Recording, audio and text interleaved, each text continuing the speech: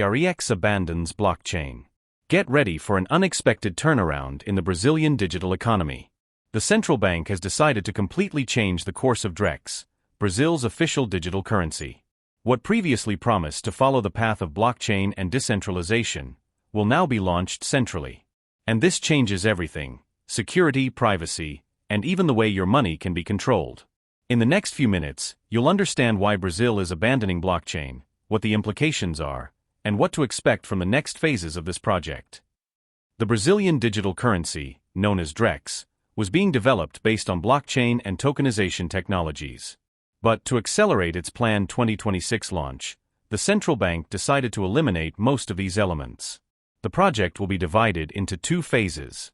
In the first, beginning in 2026, the system will be fully centralized, with no decentralized features.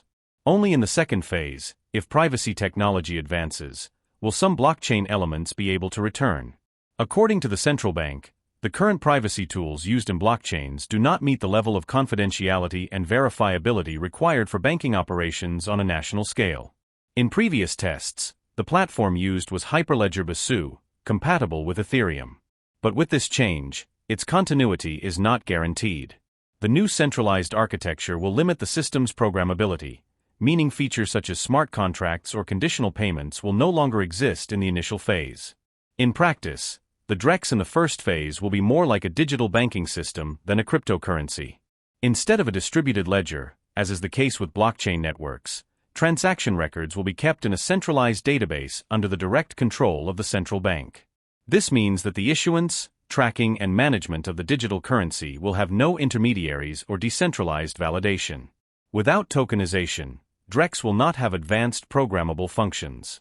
On the other hand, this structure will allow for the reconciliation of liens, enabling credit transactions with different types of collateral. However, the central bank has not specified the practical tools for implementing these operations. The official justification for this change is security and privacy. According to the Monetary Authority, current blockchain solutions cannot guarantee the same level of secrecy and verifiability required for large-scale banking transactions.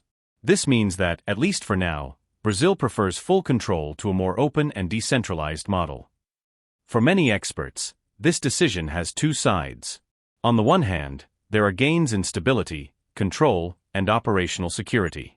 On the other, it loses the opportunity to innovate with transparency and decentralization, which are precisely the pillars of cryptocurrencies and digital assets. Now, for those of you who have stayed this far, the big question is, will Drex change our daily lives? The answer is, yes, but not in the way cryptocurrencies have changed the world. While Bitcoin and Ethereum were born to be free from central control, Drex reinforces the existing system, only in digital format and with greater traceability. The real impact will be felt when Phase 2 arrives. If by then, privacy technologies have evolved, we may see a Drex closer to its initial promises. But until then, prepare for a system where every transaction will be under the direct supervision of the central bank. If you want to continue learning how Drex and other digital currencies will shape the future of money in Brazil, check out the next videos. What's coming could completely change the way we use our own money.